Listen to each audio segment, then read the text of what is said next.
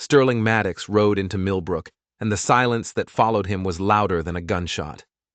He wasn't alone. 3 women trailed his horse, their faces like stone, their eyes holding back a desert's worth of secrets. They were Apache. That much was clear from their beaded dresses and the way their black hair hung straight and heavy down their backs. But they never spoke. Not a word to him, not a whisper to each other. For 3 days, as they made camp just outside of town, the people of Milbrook watched and whispered. They saw the women move with a grace that was almost unnerving, a quiet confidence that didn't fit the picture they had in their heads. These weren't the defeated people they expected. These were queens of a silent kingdom. And then there was the journal. Every morning, like a man at prayer, Sterling would sit by the fire with a leather-bound book and a pen. He would write, his brow furrowed in concentration. But that was impossible.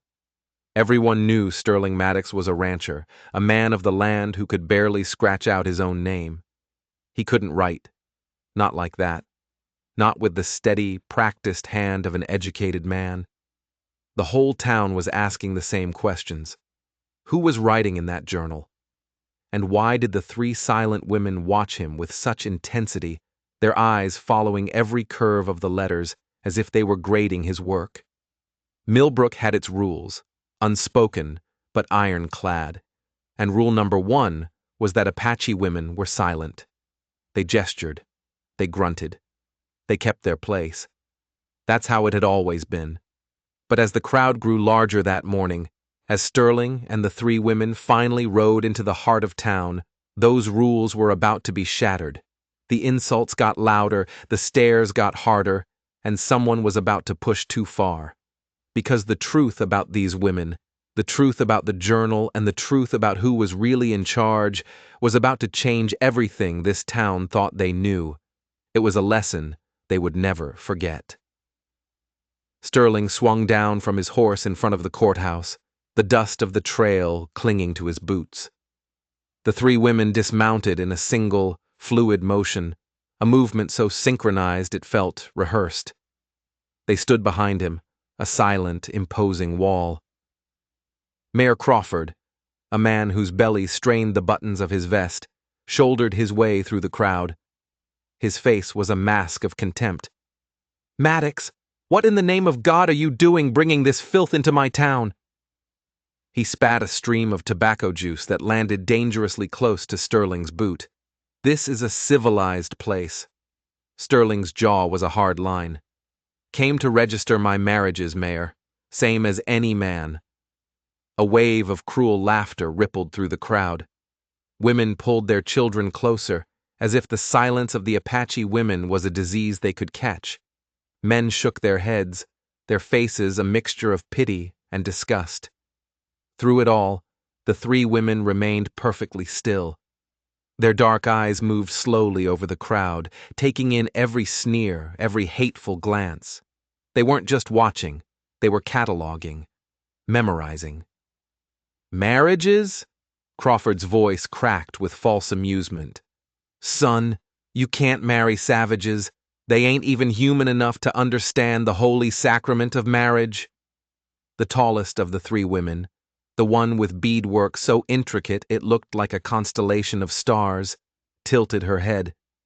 It was a tiny movement, almost imperceptible, but Sterling saw it. He knew it meant something. He saw her fingers tap a quick, silent rhythm against her thigh. It was a code he didn't understand, but he knew it was a language. "I got papers," Sterling said, his voice rough. He pulled a folded document from his vest. "Drawn up, proper and legal." Crawford snatched the papers from his hand, his eyes narrowing as he scanned the page. He squinted. "Who wrote this for you, Maddox? This ain't your scrawl. This penmanship is too damn fine for a dirt scratcher like you." Sterling's gaze flickered to the women. He saw the corner of the tall one's mouth twitch into something that might have been a smile. The second woman, shorter, with streaks of silver woven into her hair like moonlight, met his eyes with a look of fierce intelligence. They knew. They understood every single word being thrown at them like stones. "Maybe he paid a lawyer in the next county," sneered Mrs. Holloway, the banker's wife, fanning herself dramatically. "Though I can't fathom why anyone would waste good ink on such a farce."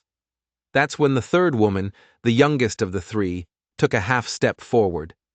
A fire burned in her eyes, a sharp, defiant intelligence that made the crowd fall silent for a heartbeat. She opened her mouth. A collective gasp went through the onlookers, and then she closed it again, glancing at her companions. The moment was broken. But instead of speaking, she reached into a small, beaded pouch at her waist. She pulled out another folded letter. She didn't give it to the mayor, or to Sterling. She held it out to him, her husband, and his hand trembled as he took it. Whatever was written on that piece of paper was the key, and it was about to unlock a storm. Sterling's fingers shook as he unfolded the letter. The script was even more elegant than the document the mayor held, a flowing, beautiful hand that belonged in a governor's office, not a dusty street. His eyes widened, his face paling as he read. Mayor Crawford tried to crane his neck to see, but Sterling clutched the paper to his chest like a prayer. "What is it, boy?" Crawford demanded. "More of your fantasies?" Sterling looked from the letter to the three women. The youngest watched him, her head tilted, waiting. The other two stood like statues, but their eyes were alive with the same silent expectation. "It's instructions." Sterling's voice was barely a whisper. "For the ceremony." The crowd surged forward, a wave of morbid curiosity. Mrs. Holloway, never one to miss a spectacle, pushed her way to the front. Instructions? What kind of instructions could those creatures have for a Christian ceremony? The word creatures hung in the hot, still air. The tall woman's shoulders went rigid. The silver-haired woman's hands curled into tight fists. But the youngest one? She smiled. It was not a pleasant smile. It was cold, sharp, and full of a knowledge that sent a shiver down Sterling's spine. "They want the ceremony performed inside," Sterling announced, reading from the letter. "At the altar, with the whole town as witnesses." "Inside the church?" Reverend Michaels, his face flushed and sweating, burst from the crowd. "Absolutely not. The house of the Lord will not be defiled by heathens." Something shifted. The calm, silent facade of the three women cracked. The youngest one stepped forward again, her gaze locking onto the Reverend with an intensity that made him take a step back. She opened her mouth, and the world seemed to hold its breath. But no words came out. Instead, she reached back into her pouch. This time, she withdrew 3 small, leather-bound books. They were worn, the covers softened with use. She held them up for all to see. The titles were in English, but no one could read them from that distance. "What in tarnation are those?" Crawford squinted. The silver-haired woman took one of the books. She opened it to a page marked with a ribbon and showed it to Sterling, her finger pointing to a specific passage. Her touch on the page was gentle, reverent. It was the way a scholar handles a sacred text. Sterling's face went bone white. His entire body started to tremble. "Speak up, man. What does it say?" Mrs. Holloway demanded, her voice shrill. Sterling swallowed hard, his throat suddenly dry. It's about marriage customs." He looked at the women, who nodded in unison, urging him on. "But not Apache customs. It's about the proper rites of a Christian marriage ceremony, according to the Episcopal Church." A stunned silence fell over the town square. Somewhere in the back, a man whispered, "How could they possibly know about that?" The youngest woman closed her book with a soft snap. She tucked it away. Then she did something so unexpected, so utterly out of place, that every single person in that square froze. She walked directly up to Mayor Crawford. She looked him dead in the eye. And then, slowly, deliberately, she curtsied. It was a perfect, flawless curtsy, a gesture of refined grace that would have earned applause in the finest drawing rooms of Boston or Philadelphia. Where on God's green earth had a silent Apache woman learned to curtsy like a duchess?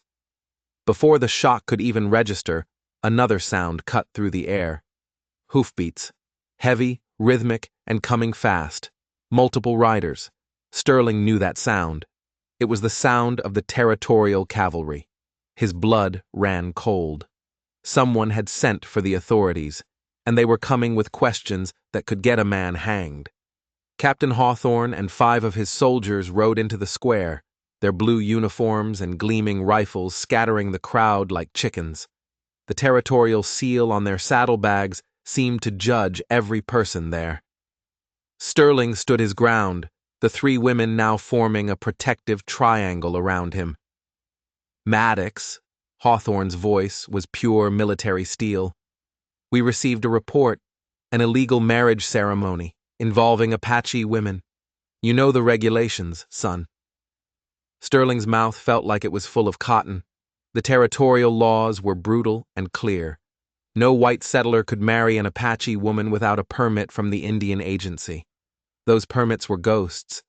They took months, sometimes years to get, and were almost always denied. "I've got papers, Captain," he managed, holding up the documents that now felt flimsy and useless. Hawthorne dismounted, his authority radiating from him like heat. "Let me see those." He didn't ask, he commanded. He took the papers and his trained eyes scanned them in seconds. "These are local. Worthless. Where's your Indian Agency permit?" The crowd began to buzz with a new dangerous energy.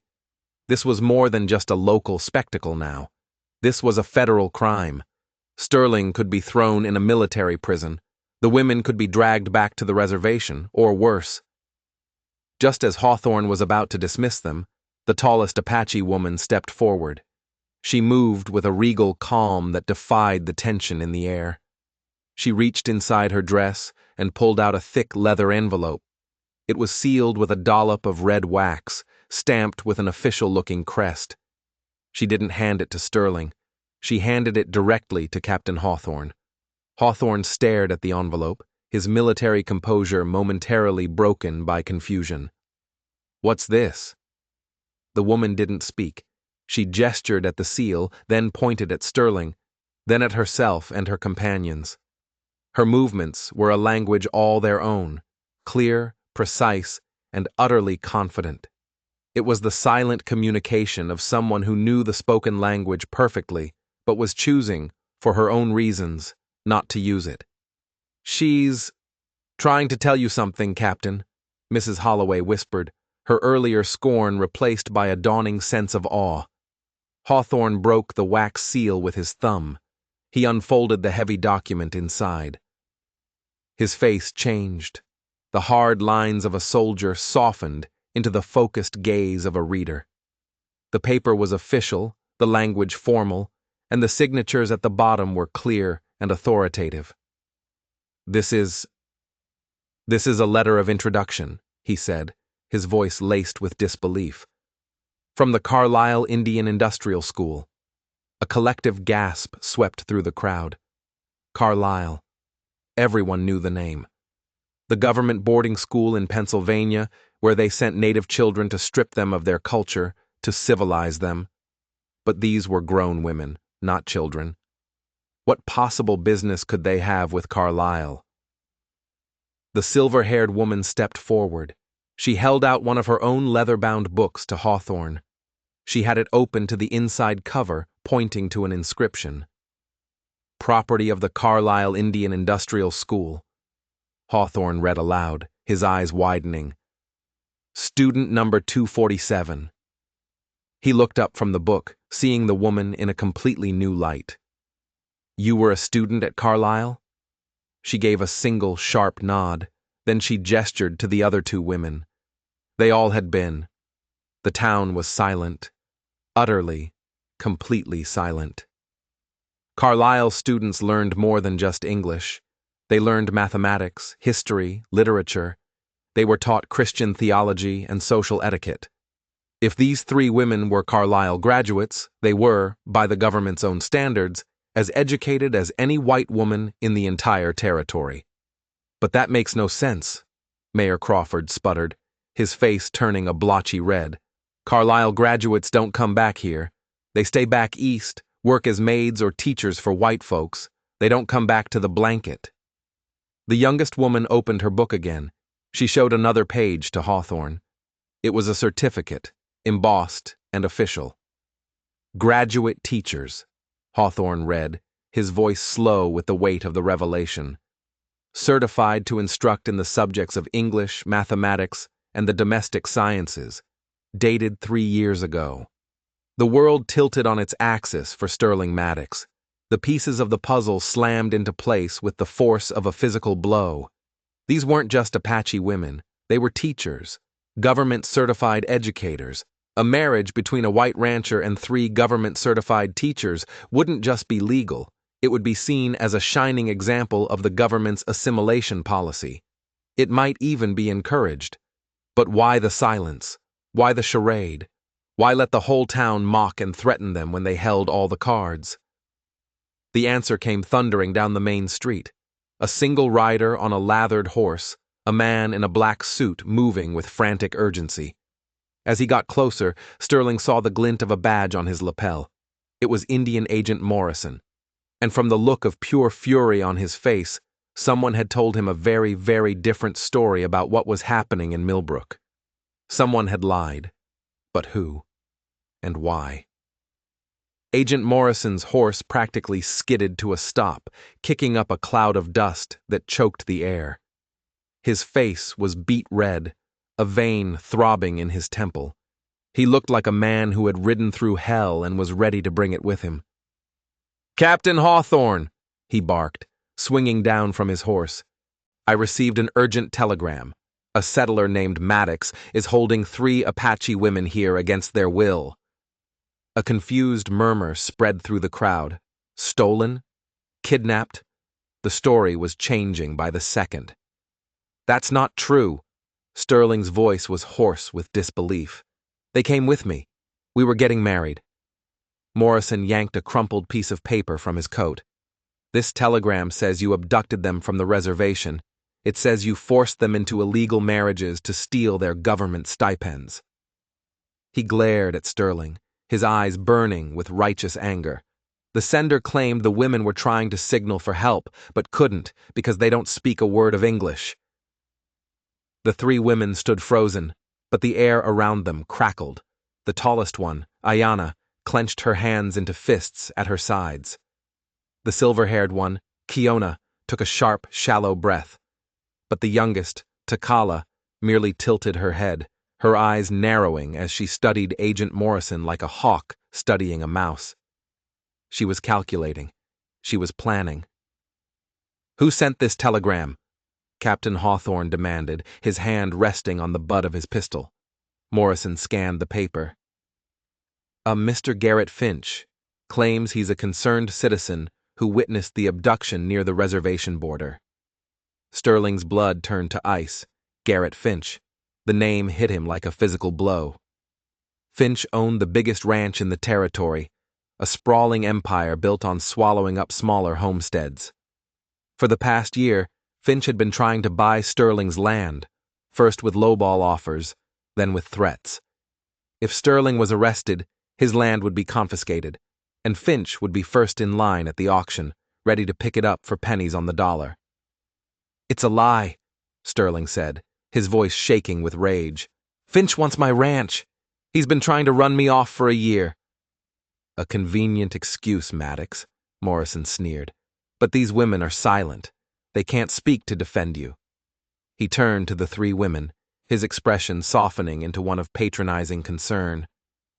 "Ladies, you are safe now. If this man is holding you against your will, you can come with me. I will see you returned safely to your people." The 3 women looked at one another. For the first time, a silent conversation passed between them, as clear as spoken words. Takala raised her eyebrows a fraction of an inch. Kiona gave an almost imperceptible shake of her head. Ayanna pressed her lips together, her jaw tight with fury. Morrison took a step closer, his voice gentle. You don't have to be afraid. If he has threatened you, just give me a nod. Just one nod, and I'll have him in irons. Takala stepped forward. She looked Agent Morrison directly in the eye. Then, slowly, and with great deliberation, she shook her head. No. She's refusing, Morrison said, baffled. But that makes no sense. If they don't speak English, how do they even know what I'm asking? Mrs. Holloway, now fully invested in the drama, stepped forward. Agent Morrison, sir, we just found out. These women are Carlisle graduates. They're certified teachers. The words hit Morrison like a slap. Carlisle graduates. That changed everything. These weren't wards of the state. They were educated citizens with legal rights. They could own property, sign contracts, and choose who they married. If they're Carlisle graduates, they can speak for themselves, Morrison said, his suspicion shifting from Sterling to the situation itself. He turned back to the women, his tone now one of official inquiry. Ladies, I need a clear verbal answer, in English. Did this man force you to come with him, or did you come willingly? This was it, the moment of truth. The entire town leaned in, holding its breath. The silence stretched, becoming thick and heavy. The three women looked at each other one last time. Takala gave a slight nod to her companions. Kiona straightened her shoulders, as if preparing for a battle. Ayana took a deep, steadying breath. All three of them opened their mouths to speak. And at that exact instant, the thunder of more horses echoed from the end of the street. 3 riders, moving at a full gallop, their intentions clear. Sterling's heart stopped dead in his chest. He recognized the man in the lead. Garrett Finch had arrived. And the 2 men with him weren't ranch hands. They were hired guns. Garrett Finch pulled his horse to a dramatic halt, his 2 gunmen fanning out on either side of him. He was a big man, dressed in expensive clothes that looked out of place in the dusty town. A cold, predatory smile played on his lips as he took in the scene.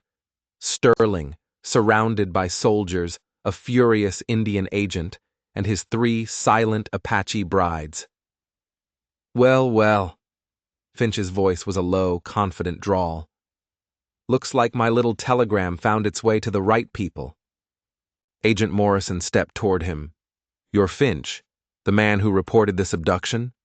The very same, Finch said, swinging down from his horse. His hand never moved far from the pearl-handled revolver on his hip. A man has a civic duty. Couldn't just stand by while this scoundrel Maddox held these poor, innocent women captive. You lying son of a snake, Sterling spat, taking a step forward before Captain Hawthorne put a hand on his chest. This has nothing to do with them. This is about my land. Finch laughed, a harsh, ugly sound. Your land? Maddox, you're about to be arrested for a federal crime. When they lock you up, your land goes to territorial auction. I'm just being a good neighbor, preparing to take that burden off your hands. Captain Hawthorne looked from Finch to the women, his brow furrowed in confusion. But the situation has changed, Mr. Finch. These women are graduates of the Carlisle School. They're educated. They are free to make their own decisions. Are they? Finch's eyes glittered with malice. He was playing to the crowd, to their deepest prejudices. Or is that just another one of Maddox's lies? I have a simple question, Captain. Have you actually heard any of them speak a single word of English? The challenge was a masterstroke of cruelty. It hung in the air, a drop of poison. Every eye in that square, from the mayor to the stable boy, turned to the 3 silent women. The entire weight of their future, of Sterling's future, rested on this one moment. Agent Morrison cleared his throat, his face grim. Ladies, the time for silence is over. I am ordering you to speak. In English. Tell me, were you forced to come here? The silence was deafening. A child coughed, and it sounded like a cannon shot. Finch's smile widened into a triumphant smirk. His trap was about to spring. And then, the tallest woman, Ayanna stepped forward. She did not look at Morrison. She did not look at Sterling. She looked directly at Garrett Finch. Then her gaze swept across the hostile faces of the crowd, the people who had called her a creature, a savage, filth. When she spoke, her voice was not what anyone expected. It was clear, resonant, and carried the crisp, refined accent of the East Coast elite. "Gentlemen," she said, her voice cutting through the silence like a diamond blade, "I believe there has been a significant misunderstanding." The world stopped, jaws literally dropped. Mrs. Holloway gasped and clutched her heart. Mayor Crawford's mouth hung open. Even Captain Hawthorne's soldiers looked at each other in stunned disbelief. Her English wasn't just good. It was perfect. It was better, more eloquent, more educated than anyone's in Milbrook. Ayanna continued, her voice never wavering. "My name is Ayanna Crowfeather. I am a graduate of the Carlisle Industrial School, class of 1878. I hold full teaching certifications in English literature, mathematics, and educational theory." The silver-haired woman, Kiona, stepped forward to stand beside her. "I am Kiona Standing Bear, also a graduate of Carlisle. My certifications are in the domestic sciences and Christian theology."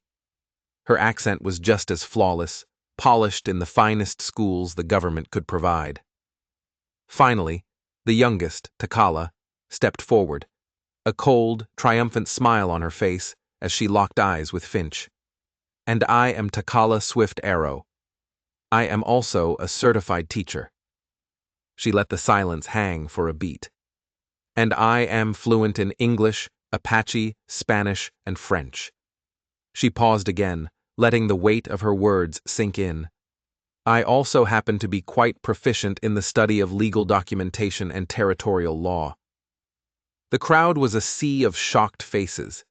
These were not silent savages. These were brilliant, multilingual, highly educated professionals. They had been playing a different game all along, a game no one else in the town even knew existed. Finch, however, was not a man to give up easily.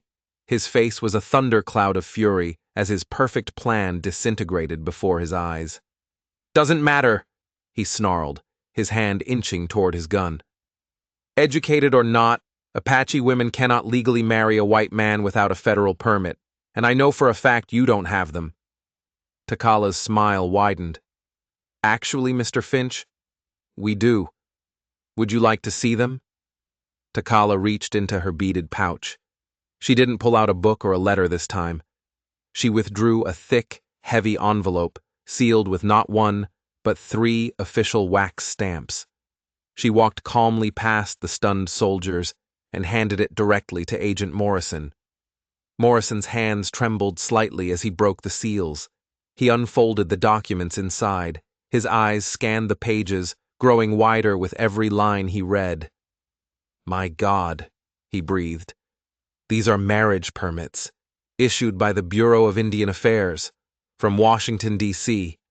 He looked up at the crowd, his voice filled with awe. "They are co-signed by the territorial governor and the Commissioner of Indian Affairs himself." The crowd surged forward, trying to get a look at the impossible documents. Mrs. Holloway fainted into her husband's arms. Mayor Crawford looked like he was going to be sick. "Impossible!" Finch roared, his composure completely gone. "Those permits take a year to get. There's no way. How could 3 Apache women navigate the complexities of federal bureaucracy better than you, Mr. Finch?" Ayanna's voice was laced with ice. "Perhaps it is because we were educated at the government's expense, specifically to understand and operate within the very legal systems designed to control our lives." Kiona stepped forward, opening one of her books to a page filled with dates and notes. "We have been in correspondence with the Bureau of Indian Affairs for 6 months, Mr. Maddox, preparing all the necessary affidavits and character references required for his legal marriage to us." 6 months? Sterling stared at his wives, his head spinning. "But we only met 4 months ago." Takala turned to her husband, her expression softening for the first time. "We knew about you long before we met you, Sterling. We knew Mr. Finch was trying to steal your land. We researched his methods, his history of fraudulent acquisitions, his pattern of intimidation. We chose you." The final piece clicked into place for Captain Hawthorne. "This wasn't a courtship," he said, his voice full of respect. "This was a strategic alliance." "Precisely, Captain," Ayanna replied. "Mr. Maddox needed help to protect his ranch and legitimize his claim. We needed the legal protection of marriage to a landowner to ensure we would not be forcibly returned to the reservation and could continue our work. It was a mutually beneficial arrangement." Agent Morrison looked up from the permits, his face set like granite. "These documents are ironclad. The marriages are legal." He turned his gaze, now full of cold fury, on Finch. "Which means your telegram, Mr. Finch, was a fraudulent report, a federal crime." Finch's face was a mask of pure, desperate hatred. His plan was in ruins. His reputation was destroyed. He fell back on the only weapon he had left. "Legal or not, it's an abomination. No decent white man should be mixing his blood with savages. It's against God and nature." The words struck the air like a whip. A silent, dangerous energy passed between the three women. Kiona spoke, her voice deadly calm. "Mr. Finch, we are certified teachers, employed by the Territorial Education Board.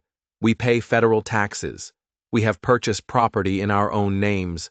We are, by every legal definition, citizens. Please enlighten us. What precisely makes us unsuitable wives?" "You're still Apache," Finch spat, his voice cracking. "You can put on a dress and learn big words, but you're still savage blood underneath." That was when Takala took a step toward Finch. Her voice dropped to a low, intense whisper that somehow carried to every corner of the square. "Mr. Finch, as I mentioned, I made a study of your business practices before our arrival." Her eyes were like chips of obsidian. "Your rapid expansion over the last 5 years is quite remarkable. Tell me, does the territorial government know about the illegal mineral rights you've been claiming on federal land?" Finch's face went white. I don't know what you're talking about." "Don't you?" Takala's voice was relentless. "The copper deposits on the old Patterson place, which you so conveniently purchased after their barn mysteriously burned to the ground. The silver vein on the Murphy Ranch, which you acquired for a pittance after their entire herd of cattle died from a sudden, unexplained illness. Shall I continue? I have a list." The crowd began to murmur. They all knew the stories. They all knew Finch's luck was too good to be true. But they had been too scared, or too willing to look the other way, to ever question it. Finch's hand trembled as it dropped to his gun. "You don't know anything, you Apache witch." "Stand down, Finch!" Captain Hawthorne's voice boomed, and in an instant, all 5 of his soldiers had their rifles leveled at Finch's chest. "Don't make this any worse." But Finch was past reason. His entire empire, built on lies and theft, was being dismantled by 3 women he had dismissed as subhuman. In front of everyone. "I will not be ruined by savages pretending to be ladies," he screamed, his eyes wild with fury. And then he drew his gun. The world exploded into motion. Finch's pearl-handled revolver was fast, but the United States Army was faster. Before his gun could even clear the holster, the sound of 5 Springfield rifles being cocked echoed through the square. His 2 hired guns froze, their hands hovering over their own weapons as they found themselves staring down the barrels of military justice. "Drop your weapons," Captain Hawthorne commanded, his voice devoid of all emotion. "Now! You are under arrest for threatening federal officials, filing a fraudulent report, and attempted murder." Finch stood there, his face a twisted mess of disbelief and rage. He looked at the soldiers, at the terrified faces in the crowd, and finally, at the 3 calm, intelligent women who had orchestrated his downfall. You can't protect them forever, he howled. This is our territory. It belongs to white folks, not them. Ayanna stepped forward, her posture as straight and unyielding as a schoolmistress. Mr. Finch, your ignorance is a profound disappointment, but not a surprise. We are not pretending to be anything. We are educated American citizens, and we are exercising our legal rights on our own land. Agent Morrison held up the papers again. Your entire claim was a lie, Finch. Their documentation is flawless. Furthermore, Takala added, pulling yet another document from her seemingly bottomless pouch. I took the liberty of preparing this while we waited. It is a formal sworn complaint to the Territorial Attorney General, detailing your history of illegal mineral claims, insurance fraud, and suspicious land acquisitions. It includes signed affidavits from 2 of your former business partners. Finch's gun hand began to shake uncontrollably. It was all true. They knew everything. They hadn't just come to get married. They had come to destroy him. You can't prove any of it, he stammered. Kiona opened her leather book to another marked page. It was filled with columns of dates, names, and figures, all written in a precise, meticulous hand. Actually, we can. We have documented every transaction, every convenient accident, every illegal survey you filed on federal lands. We even have the shipping manifests for the dynamite you used on the Patterson barn, purchased under a false name in another territory. The crowd gasped. This was more than just sharp dealing. This was a criminal conspiracy. Mayor Crawford finally found his voice, turning to the man he had once admired. Garrett, is this true? All of it? Finch's carefully constructed world shattered. You fools! He screamed, his voice breaking. You don't understand. This territory is a wilderness. It takes a strong man to tame it, to build something. I was building a future for all of you. You were building it on theft and intimidation, Captain Hawthorne said coldly. Lower your weapon, Finch. This is your last warning. For one long, terrible moment, Finch's eyes darted around, looking for an escape that didn't exist. Then, with a shuddering sigh, the fight went out of him. His shoulders slumped. The gun fell from his numb fingers, landing in the dust with a soft thud.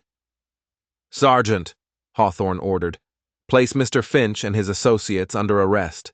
They are to be transported to the territorial capital to stand trial. As the soldiers cuffed him, Finch locked eyes with Sterling, his face a portrait of pure venom. You think you've won, Maddox? You think marrying this trash makes you a big man? This town will never accept you. This territory will never accept you. Sterling stood taller than he ever had in his life, his 3 wives at his side. Maybe not, he said, his voice clear and strong. But these women are smarter and braver than anyone in this town, myself included. If the territory can't accept that, it's the territory's loss, not ours. Reverend Michaels shuffled forward, wringing his hands, his face pale with shame. Mr. Maddox, ladies, about the matter of the church ceremony you requested, if you are, in fact, certified Christians with the proper papers. Ayanna gave him a gracious, forgiving smile. Reverend, we would be honored. We were all baptized and confirmed in the Episcopal faith during our time at Carlisle. We have our certificates with us, of course. The change in the crowd was almost magical. The mockery and fear had vanished, replaced by a stunned, grudging respect. They had witnessed not just a confrontation, but a revolution. But the real test wasn't over. The soldiers would leave. The drama would fade. And Sterling and his wives would have to build a life here, in the ashes of the town's prejudice. The question was no longer whether the women were good enough for Milbrook. The question was whether Milbrook could ever be good enough for them. 3 weeks later, the bell of the Milbrook Community Church rang out, not with a fire alarm or a call to arms, but with the joyous peal of a wedding. The pews were packed. Every citizen who had once sneered and whispered was now crammed inside, eager to witness what was already being called the most legendary wedding in the territory's history. At the altar, Ayanna, Kiona, and Takala stood not in their traditional Apache dress, but in beautiful, elegant wedding gowns they had designed and sewn themselves, their Carlisle training evident in every perfect stitch. Their voices were clear and steady as they recited their vows, their perfect English filling the church with a grace it had rarely known. Sterling stood beside them, a new man. The nervous, uneducated rancher was gone. In his place was a man who stood with confidence, a man who had learned in the span of a few weeks that true strength wasn't in the fist, but in the mind. At the front pew, Mayor Crawford, his face still flushed with a lingering embarrassment, read a formal apology from the town council, welcoming the esteemed Mrs. Maddoxes as full and honored citizens.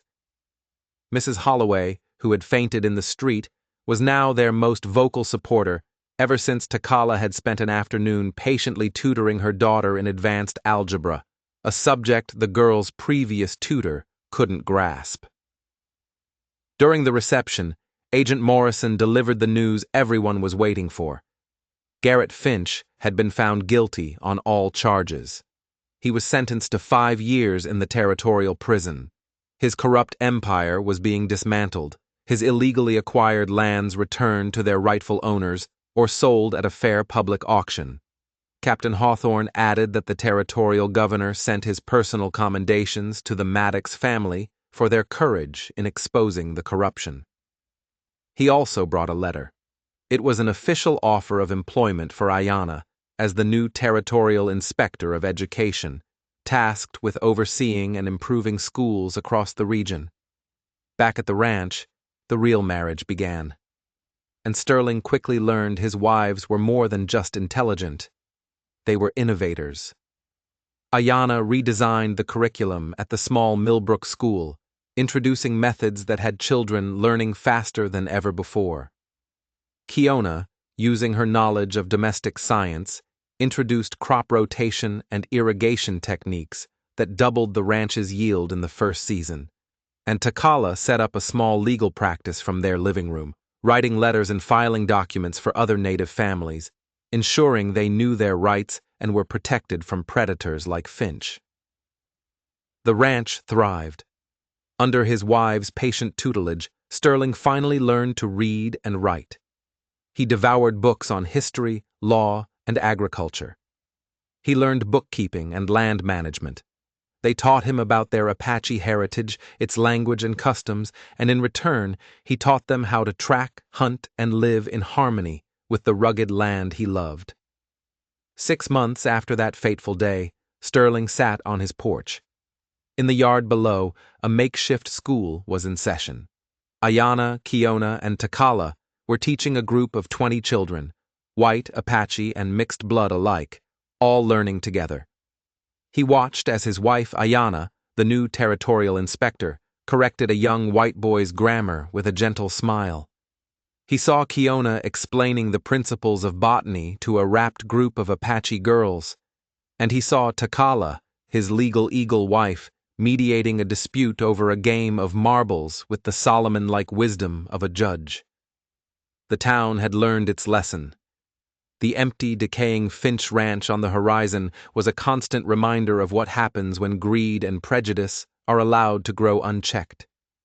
Sterling Maddox, the man they once mocked, was now one of the most respected men in the territory, and his brides, the women they had dismissed as silent savages, were now celebrated as pillars of the community, their intelligence and grace reshaping the future of the entire region. They had won more than a legal battle. They had won the right to be seen for who they truly were, to speak in their own powerful voices, and to build a better world for everyone who was willing to listen. If you enjoyed this story, don't forget to hit that subscribe button and ring the bell so you never miss another tale of unexpected justice. And if you have a story of your own where the underdog came out on top, share it in the comments below. We read every single one. Thanks for watching, and we'll see you in the next video.